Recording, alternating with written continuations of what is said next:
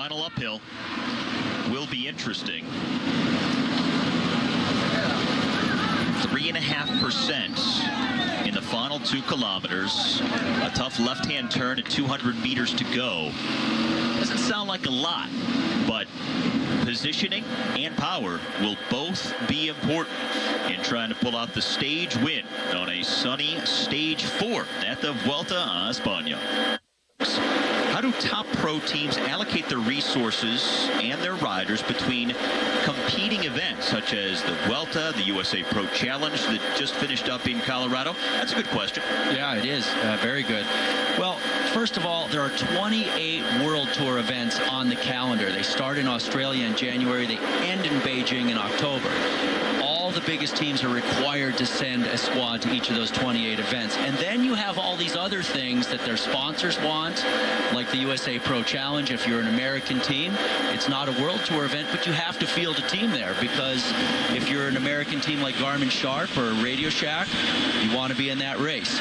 So basically, they have to put it all into the hopper, take that with the riders' interests as well as illnesses and injuries and various other things, and they have to do the best they can to allocate the resources, to hit all the best marks they can amongst all the competing events that they're needed at. And so it sometimes really stretches the riders and the staff quite thin. One more question. Oh, bonus question, huh? And it's from the group ride. Gogo, why do you need such big headphones? Well, I can answer that. You should see the size of Gogo's ears. It takes these massive Bose-looking headphones to cover those ears of Gogo's. This is actually all the better to hear you with, Steve, as otherwise I would not be able to hear you or the producer. Yeah. So, loading you up with 2 questions today. That's a big day. I want to retain veto power on any question. No. You don't have editorial control. Come on. I have final cut on this one. But please tweet the questions to @BeachyGogo throughout the Vuelta, and he will do his best to answer any and all as we move along over these next 3 weeks. And the riders moving along at a pretty good clip here with 46 kilometers left to go to the finish of stage 4 in Fisterra.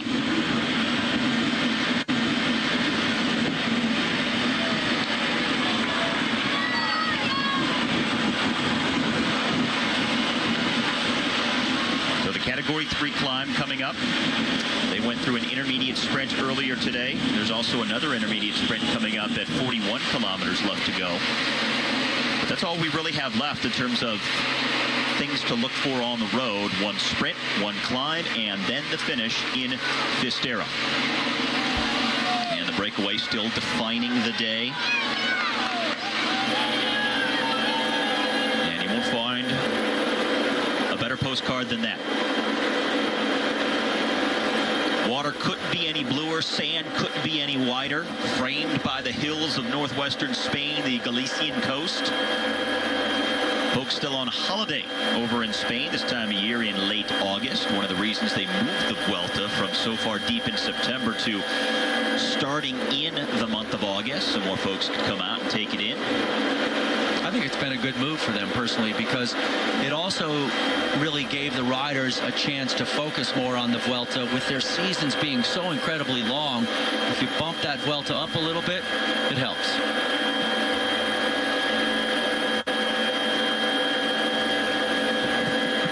So much time for everything to come back together. Even if a team doesn't play it right and they make a mistake, they have time to recover. So there's no reason for anybody to really panic in the situation. Indeed, and when I spoke with Neil Stevens earlier today, he's one of the directors for the Orica team, and Michael Matthews is very well suited for the uphill finish today.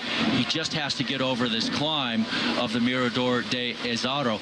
So Michael Matthews, director Stevens, he's not really sure if Matthews is going to make it over that climb. He thinks he's not, and he's just going to wait and see if he's close enough that he can get back on, or if they go to plan B, which would be Simon Gerrans, but Gerrans was in a crash yesterday and he's kind of banged up.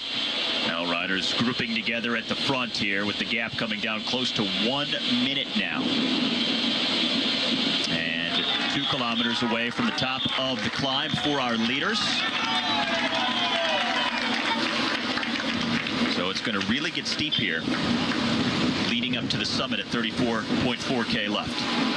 And Steve, this is an incredibly short climb, but as we've mentioned, it's incredibly steep. So the gap being at just a minute 1 right now, it's very possible that that breakaway group will get absorbed with the antics from the peloton. Expect the peloton to go big on this climb.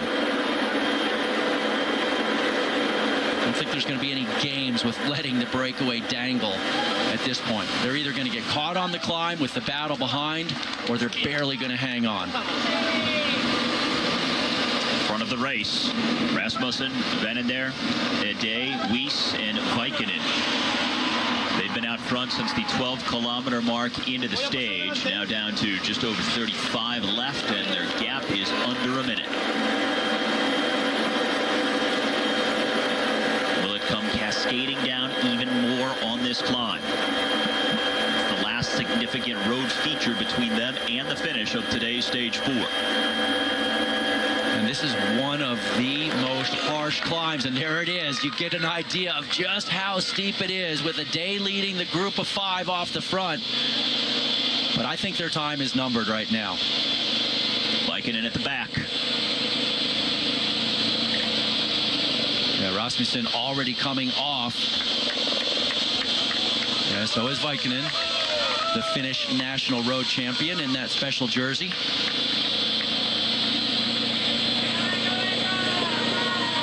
Now at the front, Nicolas Day, the 25-year-old French rider for Cofidis in the red, still looking pretty strong with Weiss on his wheel for BMC. He's been with his Cofidis squad for 3 years. And trying to make his mark here today.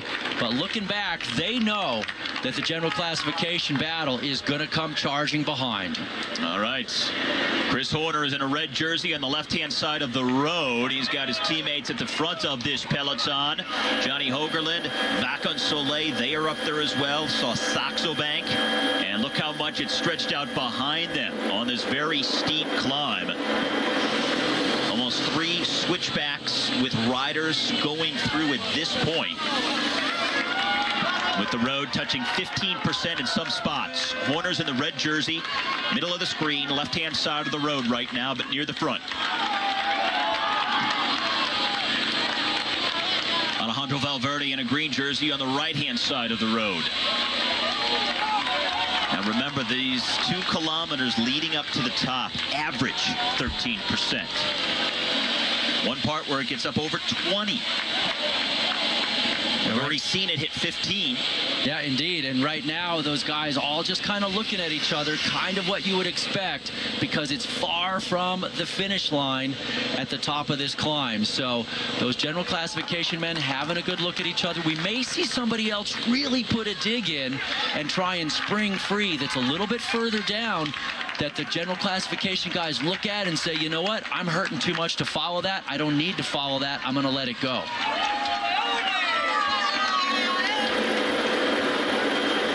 This is the front of the peloton. Horner is still there, right near the front.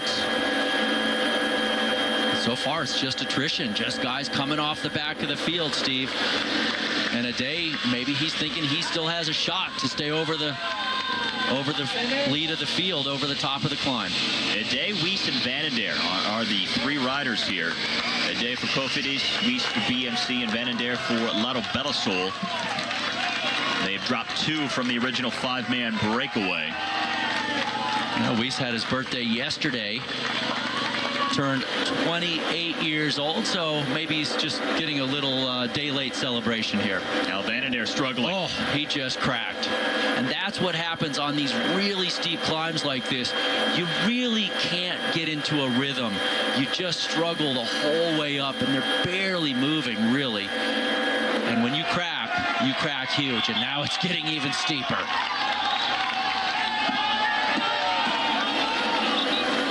Accelerations from the general classification contenders back here in the field yet, as we're over 20% now.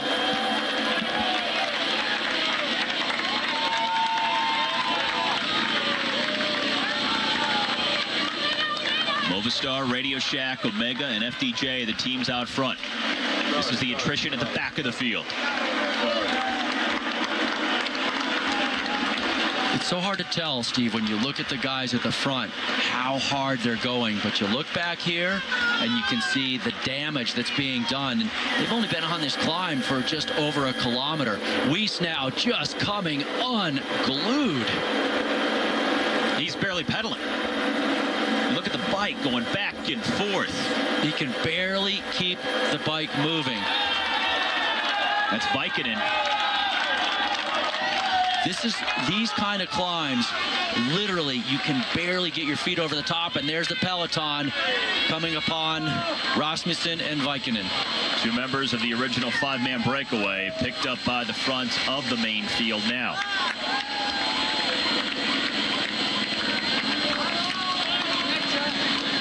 %. Almost standing still. Some of these guys just having all kinds of difficulty turning the pedals over, and look at this. Wow. It's completely insane. Guys not making it, causing the log jam, and now other guys off their bikes. 28% now. They're barely moving. Off their bikes. Almost standing still at 28% of a slope. It's literally a walking pace.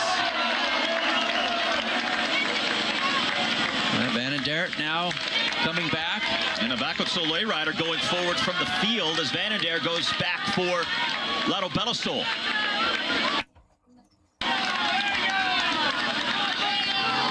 That's Nicolas Aday at the front here for Cofidis. And it looks like it may be Fletcher for Vaca Soleil.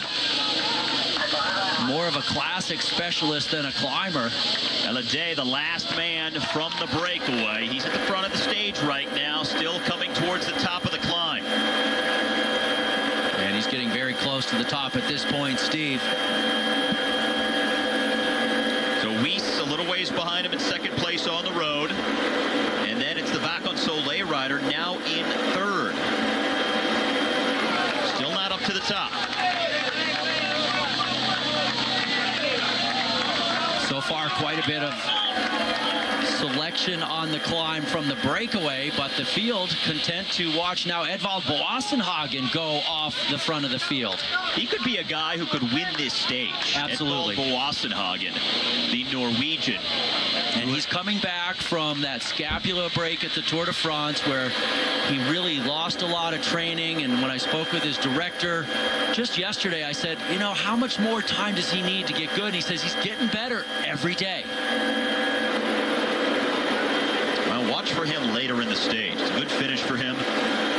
Just off the front of the field at the moment. So Aday has almost 40 seconds on this peloton. It's starting to thin. Overall leader Chris Horner is still there near the front. This is our overall leader Aday for Cofidis, who has shed the other four who were at one time with him in the breakaway. It's Kreuziger on the right, out of the saddle. Horner in the middle in the red, and Boassenhagen on the left for Sky.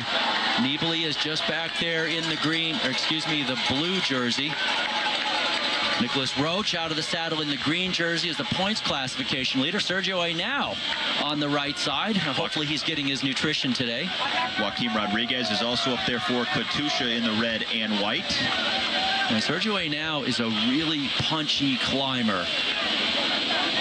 And nice to see that he is actually feeling good today after really struggling the second day, which was the first summit finish, not eating enough food. Daniel Moreno was also there in the polka dot jersey as the King of the Mountains leader. Now the riders losing contact at the back.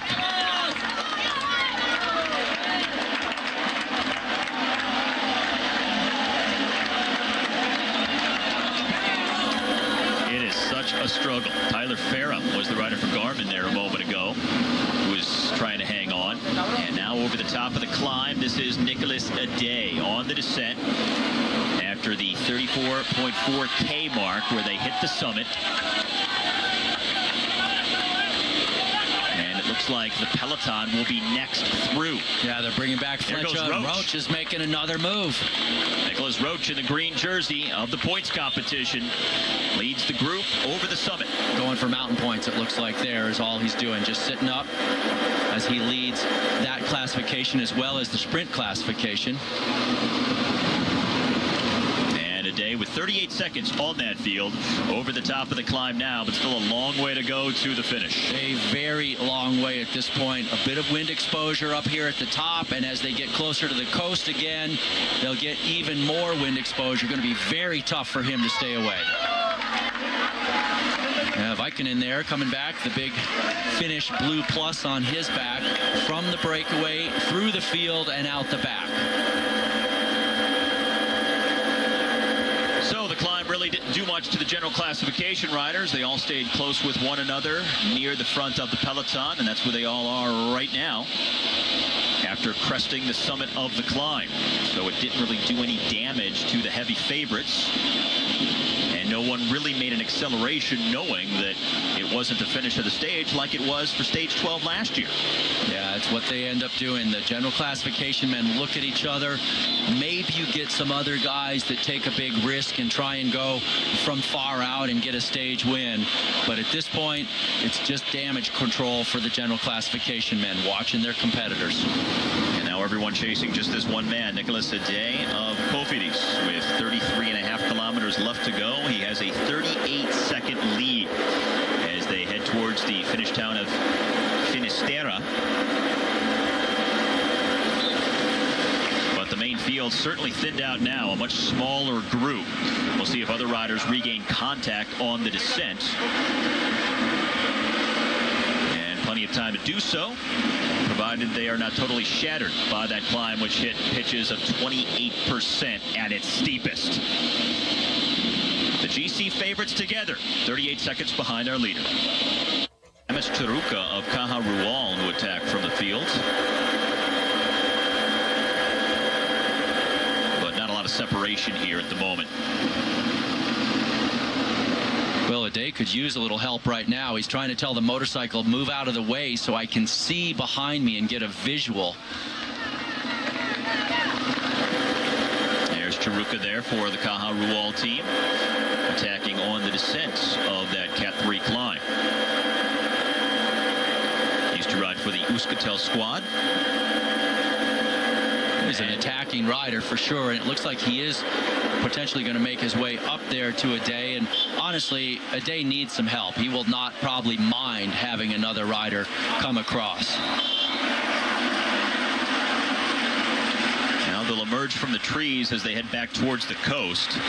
The Finnish town of Finisterre actually was considered the end of the known world among the religious pilgrims at one time. It was said to be the westernmost point of continental Europe, but since they've been able to advance in mapping technology, they now know that there's a town called Cabo da Roca in Portugal that's about 16 kilometers further west, and that's actually the westernmost point of Europe. But the pilgrims, they didn't know it. They were walking for days on end. Yeah, but do they call the other town the end of the known world? I don't think so. Omega Pharma Quickstep trying to make it the end of the stage for a lot of other riders and set up Gianni Meersman for a potential stage win. But these riders at the back of the group right now, so that's not a good sign. And that was Meersman there, number 164, with some teammates just coming back to the group. So certainly not a good sign. Yeah, but it's not a terrible sign because at least he's making it back up there. They knew that that climb was going to be a little bit rough on anybody who had a shot at sprinting. And his director, Rick Van Sleka, said, you know, Johnny's feeling really good. He had a strong team time trial in the opening day. And he just said that he thinks Gianni really has a good shot at winning this stage. Coming back to the group now with whatever sting that took out of his legs, how much do you think that might impact him in the finish, which is also slightly uphill? Yeah, I think Meersman, when he smells the finish line, I think he's going to be good. And unfortunately, this is Sammy Sanchez, and it looks like he's pulling over. The Olympic champion from 2008. Going back to the team car as Day now his company in Amatz Chiruka, who's made it up to him.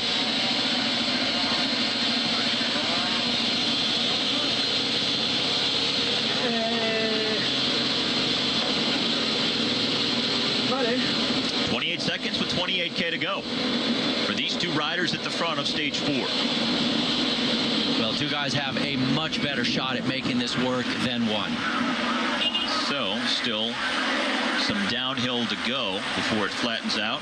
Small bumps and then a little uphill to the finish. That's Sammy Sanchez there with his shoe off and having the mechanic do a little adjustment, probably to the cleat position. They have a little bit of rotation there they can play with. I think he just had a rock in his shoe, and he wanted the director to take it out. 4 guys now getting away from the front of the field. Belkin man leading the charge. Movistar, Katusha, and BMC there.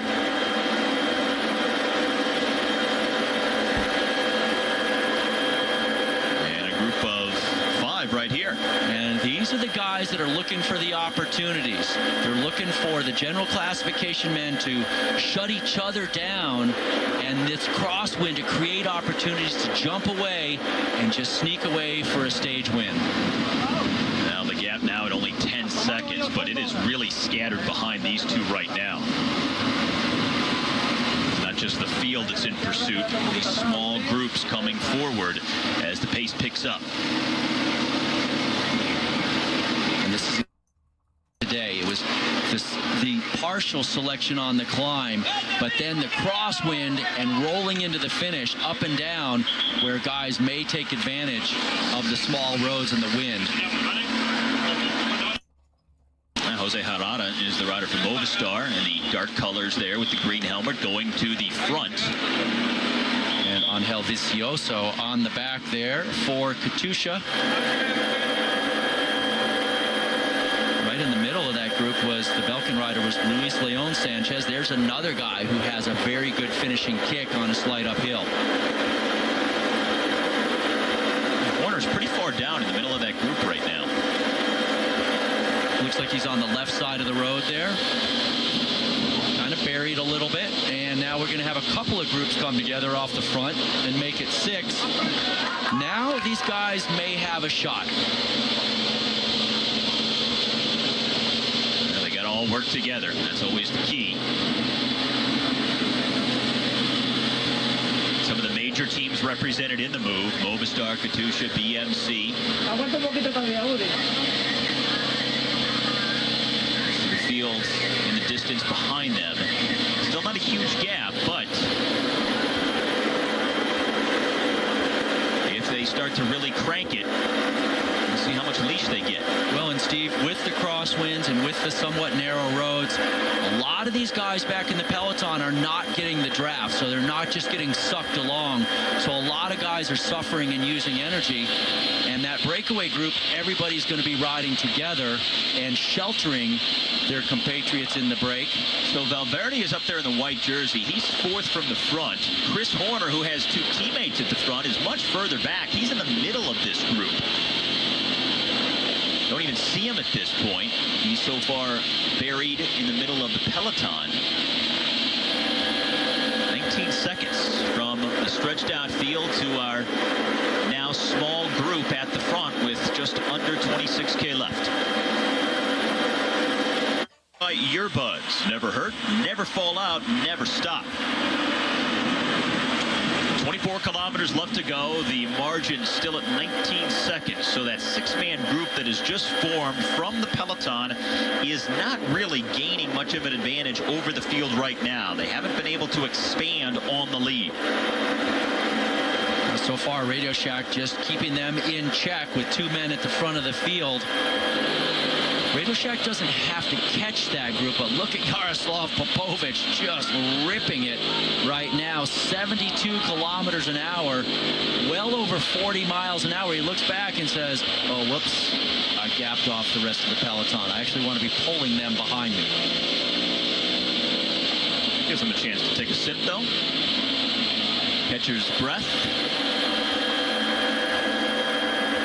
Single file. As the speed is high here. they went over the top of the climb. There was a regrouping of sorts on the descent for riders who had been dropped, and then this group got away. And every time we see that front group, we're seeing a lot of Luis Leon Sanchez on the front because he's the highest placed man in the general classification, and all things being equal, he's the fastest sprinter in that group as well. So they're not going to give him quite as much help as he would like. If they can get him to do a lot of work, maybe one of these other guys could beat him in the sprint if they stay away. Look at that, 85K an hour. That's always the challenge for a breakaway like this. You need everybody on the same page and doing their fair share of work to stay away, but you're not always going to get that because guys know that if they take a pull and they're not the fastest sprinter, they're basically just dragging other guys to the line with them who could beat them for the stage win, so they don't want to help. That's right, and so the way it all works out is you have to pick your shots. 85K an hour. Just a moment ago, 53 miles an hour on just a small descent. It's always just the calculus of how much are you willing to risk losing, because you know if you don't work, there's a chance you're going to get caught by the breakaway and you have no shot to win. But if you do your fair share and you know you're not the fastest sprinter, you may not win, but your chances are still better against a smaller group than they are against the field. So to risk losing by doing the work more often than not would be the better play. Well, and it often comes down to, Steve, the play of, and if I have a really fast guy behind me and I drag this breakaway up the road and get fourth, they're not going to be happy. If I have no fast teammate behind me, then I got to throw everything into the success of this break, and, you know, hopefully I'll get on the podium. Yeah, the overall team ambitions certainly play a role in what's going on in the field behind with those teammates. So a lot of complicating factors on whether a rider will work or not in a breakaway. A lot of complicating factors, and we've already discussed during this Vuelta that a lot of guys are moving around to different teams, and some of those announcements have been made. Some guys are still in negotiations, so there are other complicating factors that can create, well, let's just say some unusual racing once in a while this late in the year, things you wouldn't expect. And they're not going anywhere right now. The gap is right at 17 seconds. It's been up to 20, hovering around 19. So they're not adding to their margin right now with 20K still left to go. And remember the uphill at the finish. They will turn left at 5 kilometers to go. And then the final 2K will average 3.5%. Left-hand turn at 200 meters before the line. So kind of a long, slow drag up to the finish today in Finisterre.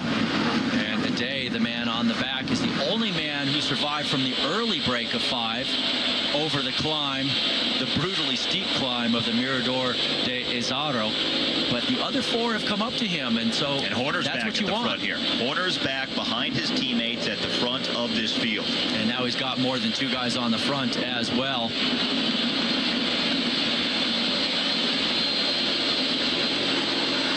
They have to be really careful right now, Steve. They cannot completely blow themselves out because they have to control Valverde at the end of this race in particular, because Valverde is not very far down in the GC, and he's got that great finishing kick.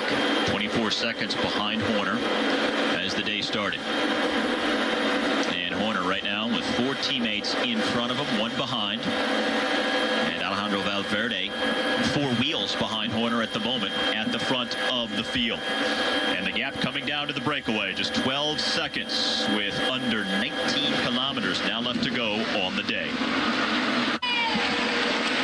Xabi Zandio is the rider for Sky, number 199 here at the back. Now we rotate towards the front. Cannondale taking up their position at the front of the group. Astana second. Sky is there.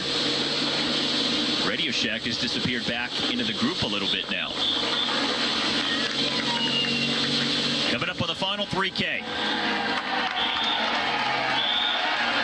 It looks like Sky does have some designs on this stage with Wassenhagen, as he's about 10 riders back. He's got 1 man in front of him to finalize that lead out. This is Cape Finisterre. And the riders coming up towards the finish. About to go back uphill. It averages 3.5% in the final 2 kilometers.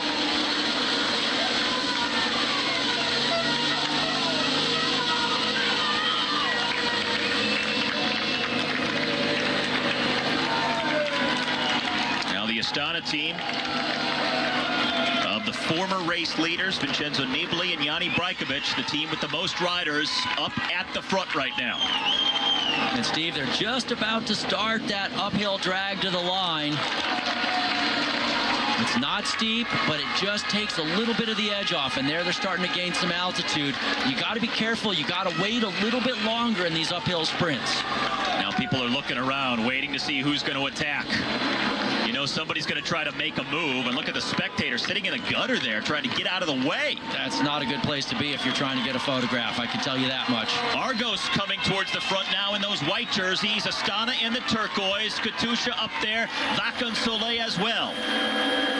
No Chris Horner in the frame at the moment in the red jersey. Danny Moreno is there in the polka dot jersey for Katusha.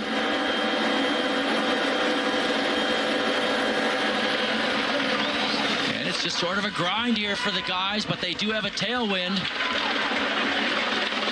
Been battling a crosswind most of the day, and now a tailwind uphill, averaging 3.5%. Astana grouped at the front.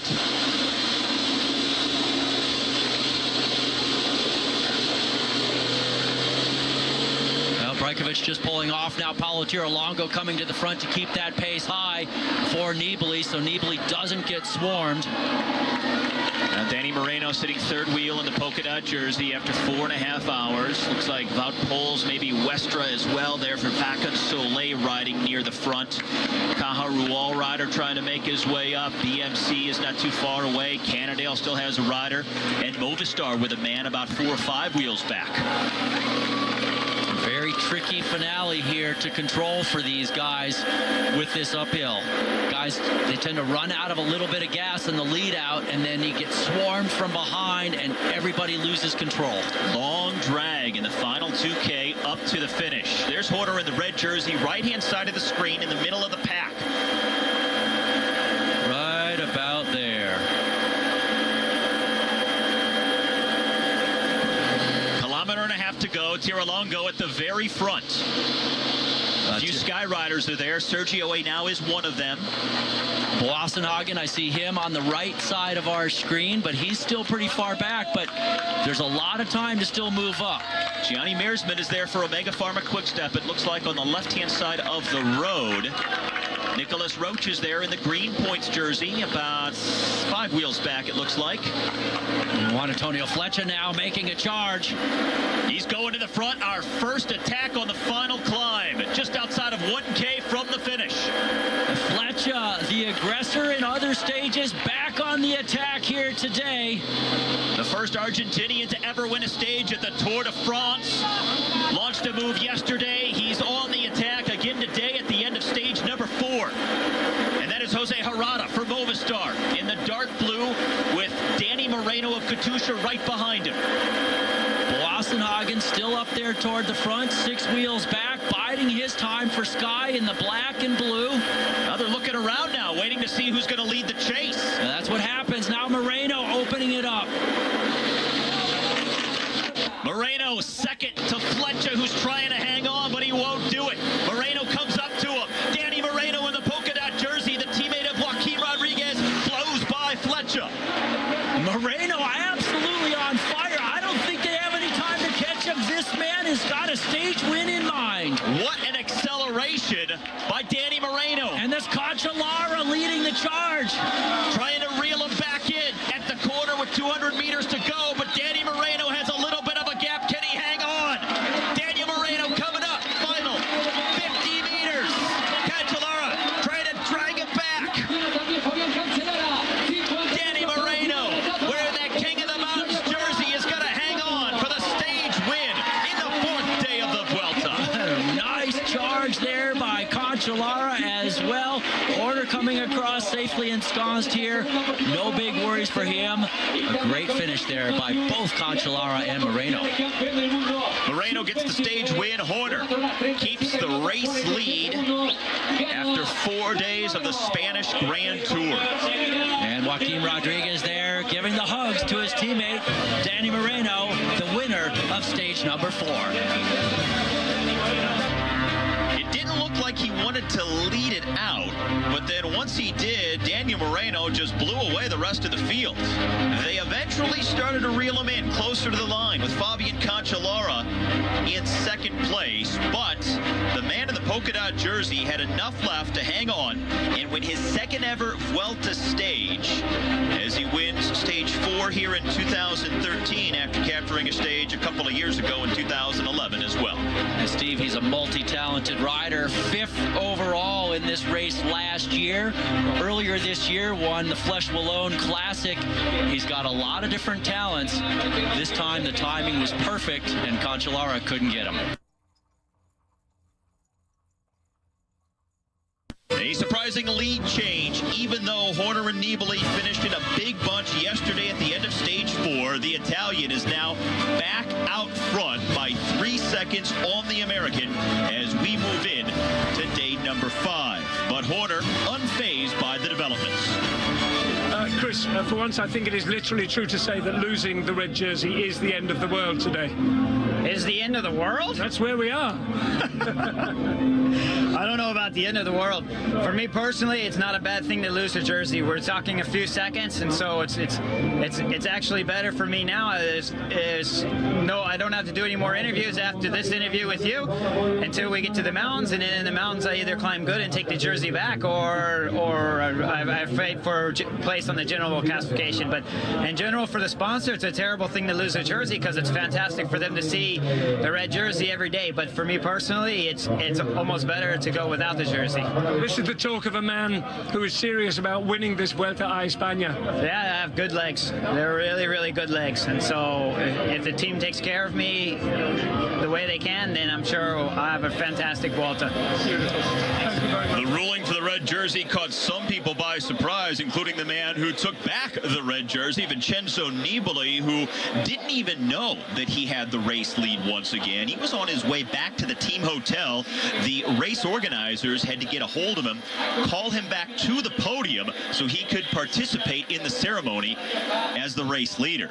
Not one really for the general classification riders. We could see a field sprint. I think we're finally going to see the closest thing to a real field sprint here today. A little bit of a downhill in the final kilometer. No big obstacles in the way. I think this one should come down to a big bunch kick. Just 2 Category 3 climbs and 2 intermediate sprints in the 174-kilometer stage altogether that heads southeast today from the Galician coast into the Castilla y León region of northern Spain. Another sunny, warm one on the Iberian Peninsula today, and you are looking live at the main field.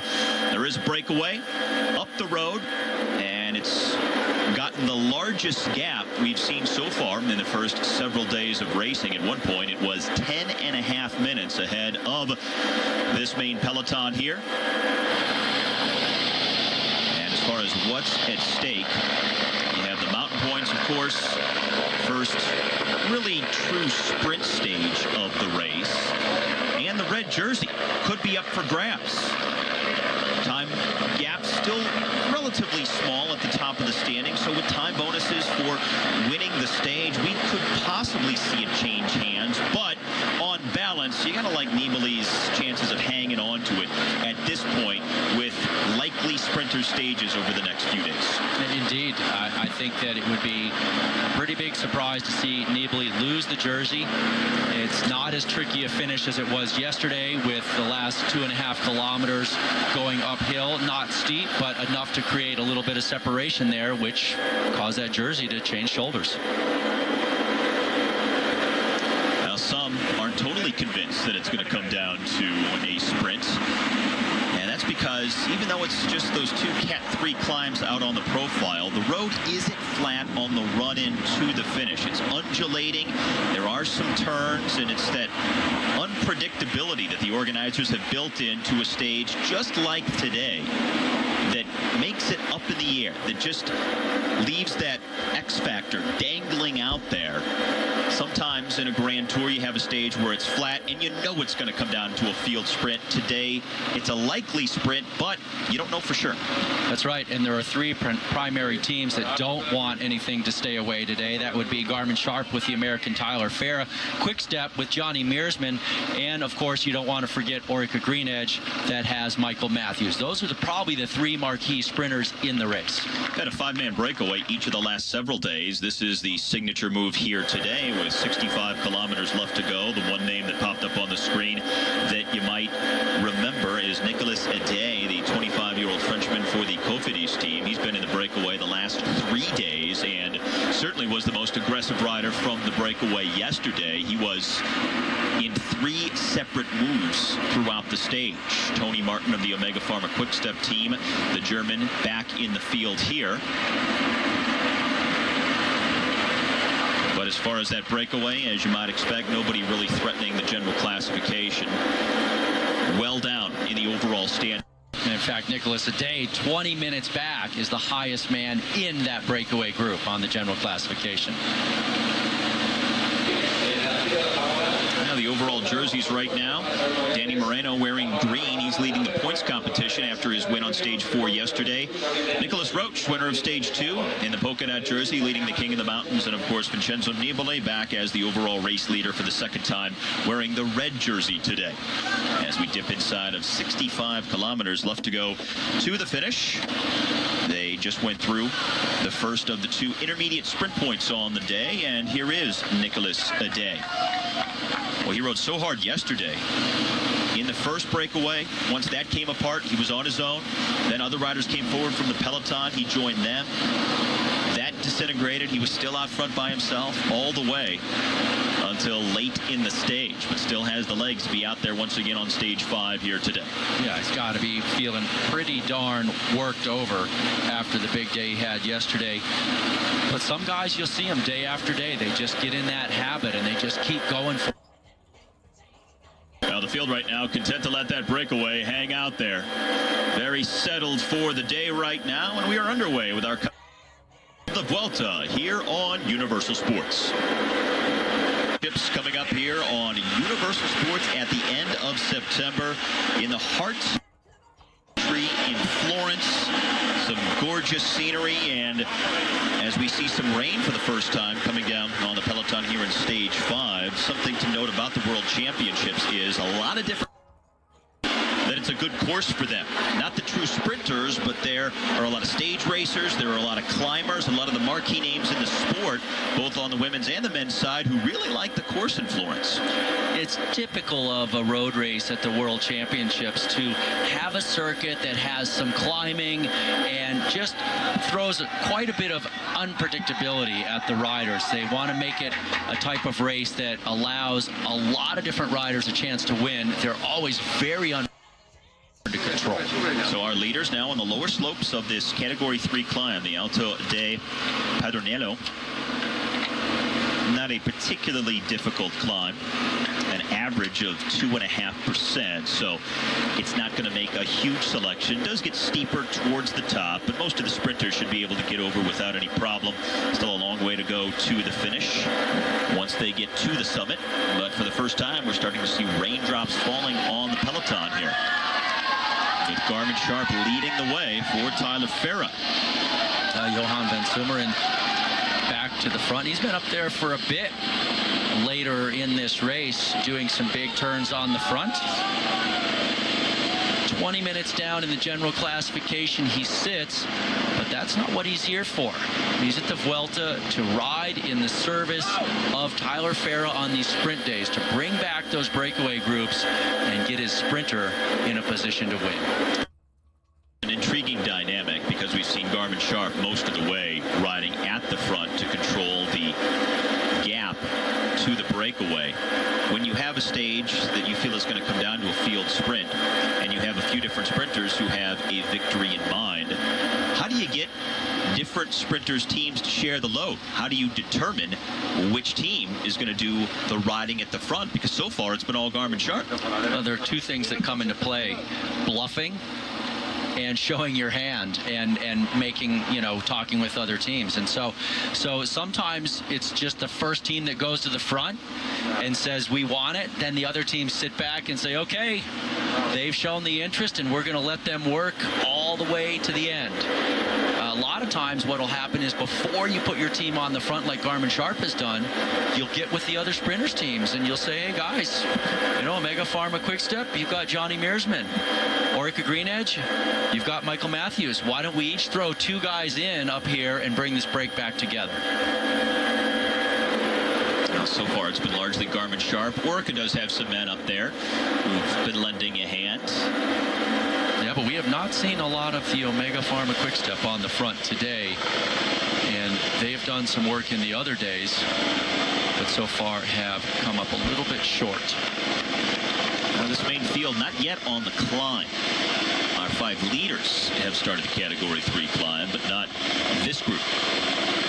Yeah, that's what's always so interesting about these races when you look at the riders climbing and they're not yet on, quote, the climb that the race is calling the climb. And there's just a lot of this stuff out there. Working for Tyler Farah of the Garmin Sharp team, hoping to get his 4th ever stage win at the Vuelta. He's won stages in all 3 Grand Tours, 2 at the Giro, 1 at the Tour de France. But it's been a tough couple of years for him. And it seems like this year he's just missed out on some of the big races. 2nd, 3rd. He's been in good position. He just hasn't been the fastest guy at the line. And a win in a Grand Tour near the end of the year, I'm certain would be a boost to his confidence and probably something he could use. Yeah, for sure. And I actually spoke with Matt Wilson, one of the directors for Orica Green Edge, as the KOM here. Looks like Nicholas Aday. No problem. Most aggressive rider from yesterday as well. That's why he's got a red number. But Matt Wilson, the director for Orica Green Edge, the team of Michael Matthews, maybe the fastest guy in the race, maybe not. We'll find out a little later today. I asked him who he thought the major competitors were if there were a sprint today, and the first guy he said was Tyler Farah. He said Tyler's been looking pretty good the last half of the season, and he thinks he's the man to beat today.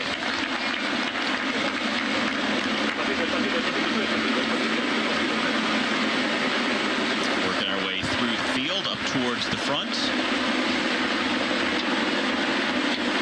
Casual pace in the peloton. Doesn't it always seem, though, that anytime we have a stage where the profile says, all right, could be a field sprint, but there are some features and things out there on the road that may not let it come down to that. When we have those scenarios, it seems like more often than not, we don't get the field sprint. We do find some kind of a surprise, whether it's this 90-degree corner that comes inside the final kilometer, whether it's those undulating roads towards the finish. It seems as though we always have something that is somewhat of a surprise that keeps it from becoming a field sprint. Yeah, it very often does happen that way. I totally agree. And there are a couple of decent-sized bumps right in the final 10K of the race today. So in the final 6 miles. So it is certainly possible that the sprint trains will get disrupted or the sprinters will get flushed back a little bit in the peloton and not be able to make their way back up to the front. But I do think we're going to have a big bunch finish today.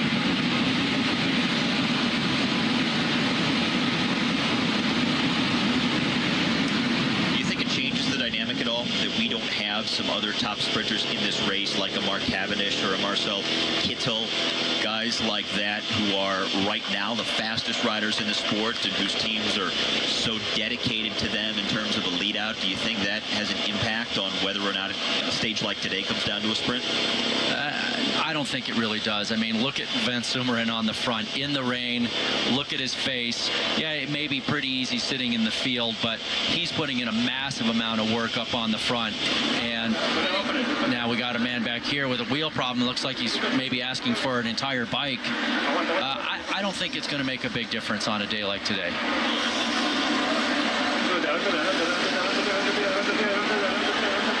So it is a brand new bike for Dominique Nares of the BMC team.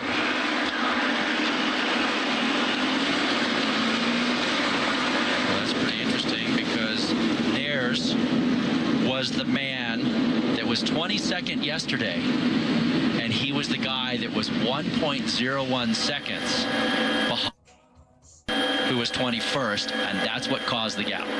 As the field goes over the summit of the Category 3 climb, a little more than 3 minutes behind our 5-rider breakaway. And that's one of the things that is a little unsettling about the way they determined that time in the two groups with Nibali and Horner yesterday. The two groups came across the line by pure luck, by happenstance. You had the guys at the back of the Nibali group who just, by luck, happened to be side by side instead of in a row. If one of those guys would have just trailed off or stopped pedaling 2 pedal strokes earlier, there wouldn't have been that gap, and there wouldn't have been 2 groups. Everybody at that point was coasting to the finish line, and by happenstance, it just happened to be that guys were side by side instead of wheel to wheel, and that is what put Nibali back in the red jersey. Yeah, and that is, it's amazing that that little difference could make such a big difference for the red jersey. But literally 0.01 seconds, that's not much time. I mean, if one guy had been a foot further back instead of all being side by side in that first group, they would all had the same time. Everybody over the top of the climb now. And the gap under 3 minutes with 26 kilometers left to go, but still some rolling roads out there as they head southeast towards the center of Spain here today on Stage 5. Well, keep this in mind. The final 10 kilometers constantly up and down. They'll hit a stretch of 1.5K that averages over 4%. That comes with right around 6 kilometers to go to the finish. Should have a tailwind at that point. And then a 90-degree right-hand corner with 600 meters to go to the line as well. So some features there near the end that could change the course of this stage.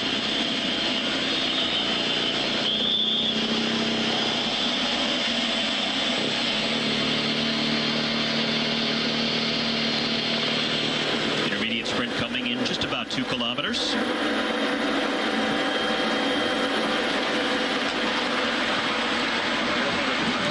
General classification riders and teams just sitting back and letting the sprinters do the work at this point. Next big GC battles expected to come this weekend.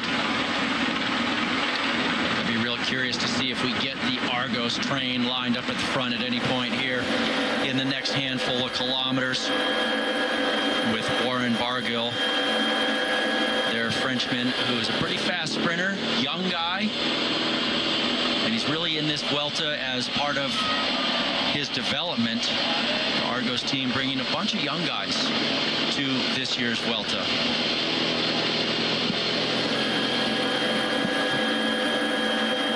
And headed towards Sanabria, the Lago de Sanabria, the big natural lake in this part of Spain. One of the biggest lakes in the country, but not there yet.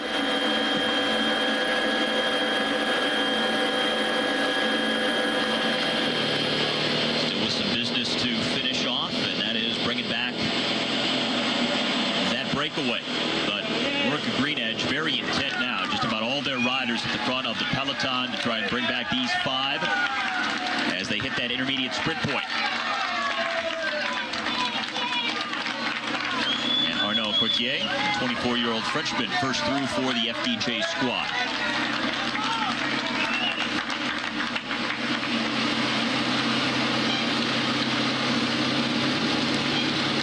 Arnaud breaking his collarbone in January in the second day of the Tour Down Under, and that didn't really start his season off on a great foot.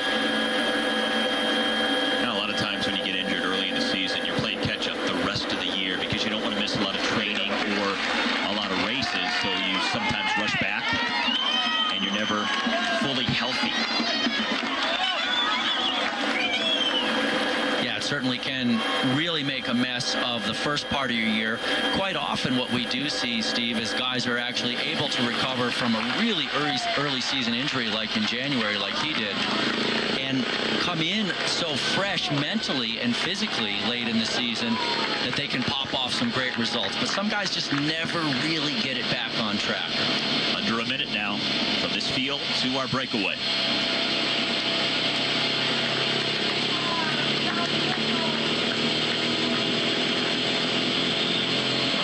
Now we say it so often. The teams that do the bulk of the work out on the road throughout the day to bring the break back many times miss out on a stage win because of that at the end. You've seen Garmin Sharp out there. You've seen Orica Green Edge. Two teams most prominently doing the heavy lifting to bring back this breakaway, which is down to just 51 seconds up the road now.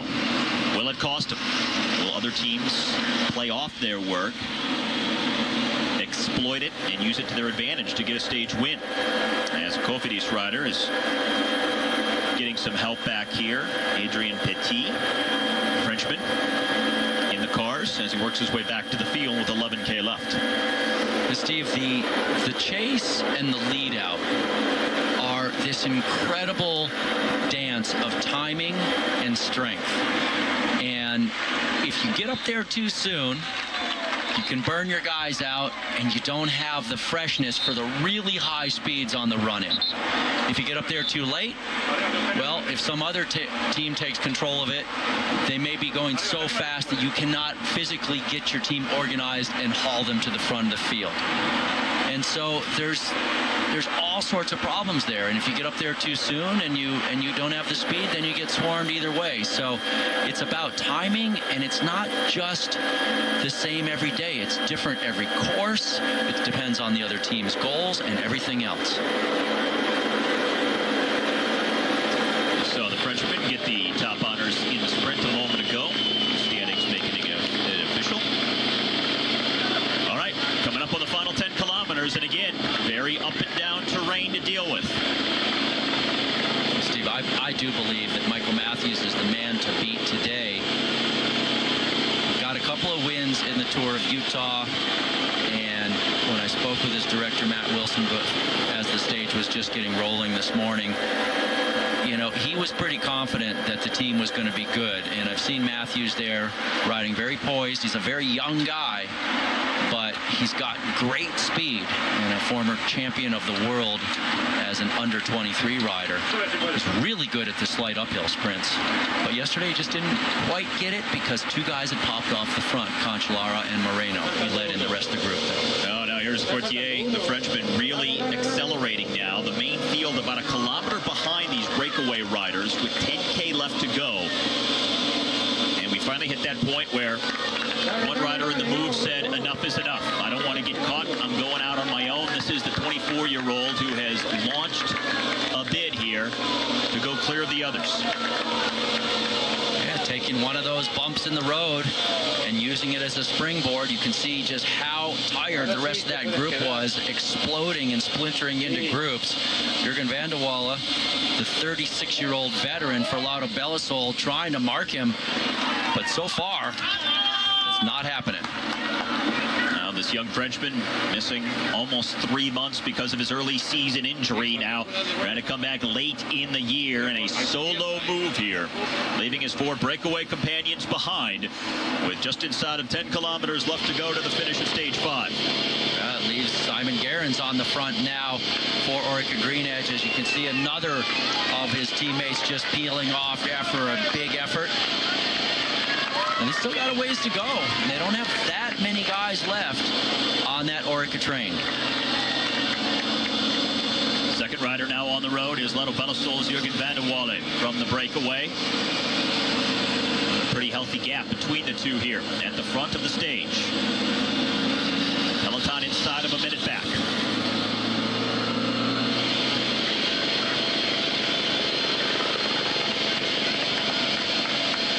Soleil rider just off the front, about to be picked up. Movistar also coming to the front in those dark blue colors with the green helmets. Just going inside the 9K banner for our leader from FDJ. Remember, the road still rolling up and down down the rest of the way. No categorized climbs, but not much flat either. And sometimes that can be almost worse at the end of a stage like this. They will hit a stretch of 1.5 kilometers of road with right around 6K to go to the finish. That averages over 4%. Yeah, it's a nice little bump, and then there's another one after that. So it's by no means flat. You're absolutely right, Steve. Makes it very tough on a solo rider because he has to drive down hard on the pedals on these descents where the guys in the peloton that are sitting in are coasting. And then he has to keep on the power on the climb, and that makes it very tough. Just over 50 seconds behind at the 9K banner. It's not like it's an individual time trial on flat roads where you just bury yourself and try to stay aerodynamic the whole way through. You have to deal with the undulations in the terrain. You have to absorb it and try to power through.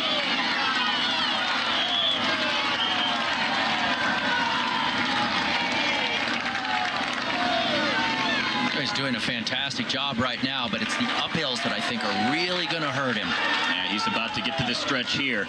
It's averaging over 4%. And they are flying behind. Orica Green Edge once again controlling the head of the peloton. Backup Soleil and Movistar just in behind.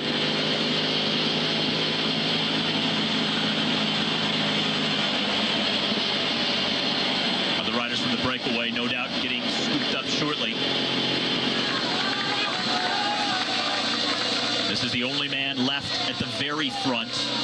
Jurgen van der Walle in the background there, trying to hang on. But what was once a 5-man breakaway for most of the stage has come apart under the pressure of this attack by Arnaud Courtier, the 24-year-old Frenchman for FDJ. The other riders from the move dropping off. And the peloton picking them up on the road. 7K remaining, a 45-second difference. Well, with van der Walle being so close behind, and there goes Nicolas Ade being picked up from the breakaway, the man in red for Cofidis. But honestly, with van der Walle so close behind Courtier, at this point, he's probably a little bit disappointed they weren't together the last handful of kilometers, trading pace. Yeah, they've been just a few seconds apart, but you're stronger together than you are apart. Indeed, you get that rest when the other guy's on the front. And he just continues to persist. He's making van der Walle ride all the way up to his back wheel. And the field taking more time back. It's almost half a minute now with 6.5K left. Road not doing the breakaway any favors at this point either. So van der Walle has gotten on to the back of the Frenchman. And now what can they do together here? And now the situation is that it might be tough for van der Walle to take some pulls because he had to work so hard to get back onto the wheel of the FDJ rider too. Yeah, both guys in the wind, so they're both flogging themselves, and then they get together. And Courtier doing his best to keep pulling there for a while, and now van der Walle comes to the front. So they've done a great job to hang out there, Steve, but watch this peloton as they approach the left-hander or the roundabout here. And now picking up another man from the breakaway. Piedra. Caja Rural rider in the green goes backwards, and the peloton scooting forwards. Just about 20 seconds behind, so they can just about see them up the road. Indeed, the longer stretches, they'll certainly see him, and on the uphills as well when the speed is lower. Also back in the peloton, keep your eyes out for van der Walle's teammates, Lotto Belisol, because they have Greg Henderson, who's a very good lead-out man for Andre Greipel, but he's a good sprinter in his own right as well. And they don't have to do any work right now because they have van der Walle off the front. So Lotto Belisol can just sit back, relax, and ride the train and see if they can take the lead in the final couple of kilometers. Coming back with 5.5K left. These two losing their advantage. Last two from a 5-man breakaway. And this is one of those bumps that are so incredibly painful when you've been off the front all day long and you just can't keep the intensity up anymore.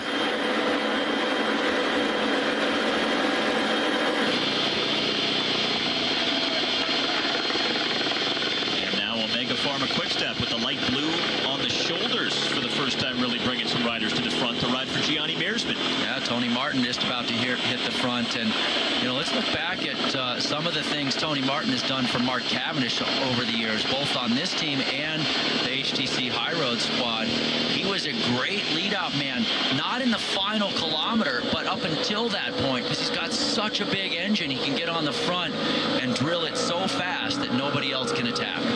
Final 5K of stage number 5.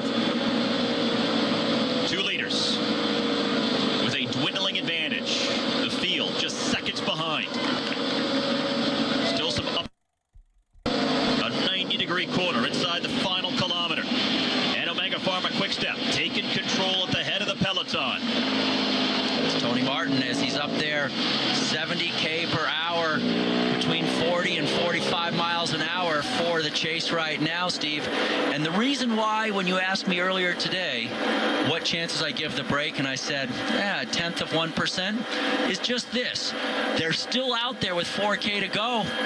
There's a chance, if everything went just right for them, they could win, but it's highly unlikely. There's a slight uphill between 3K and 1K left, and then slightly downhill from there to the finish. But that 90-degree corner coming with 600 meters to go to the line. And just about to bring them back once and for all. Portier and Vanawale. They know it's up.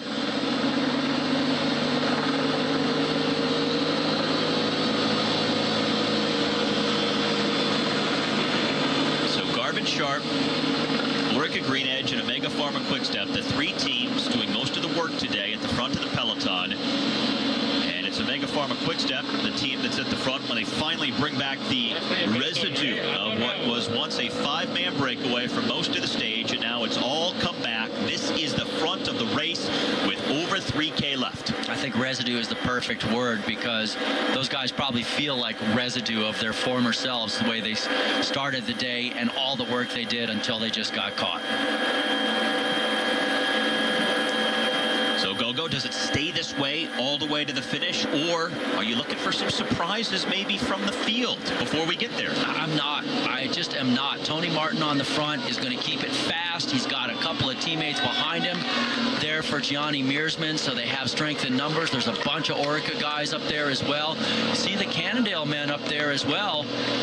Just one of those in the green. That may be Guillaume Bavon, the Canadian sprinter on that team. Riqueze for Lampre in the pink would be their sprinter. All right, this is that uphill that goes for about 2 kilometers. And then once they hit the 1K to go banner in the red kite, it'll go downhill slightly all the way to the finish. And that's why they're spread out along the road here, because they're going uphill. The breakaway has been brought back. And nobody going off the front right now, even though we don't see one team in firm control at this point.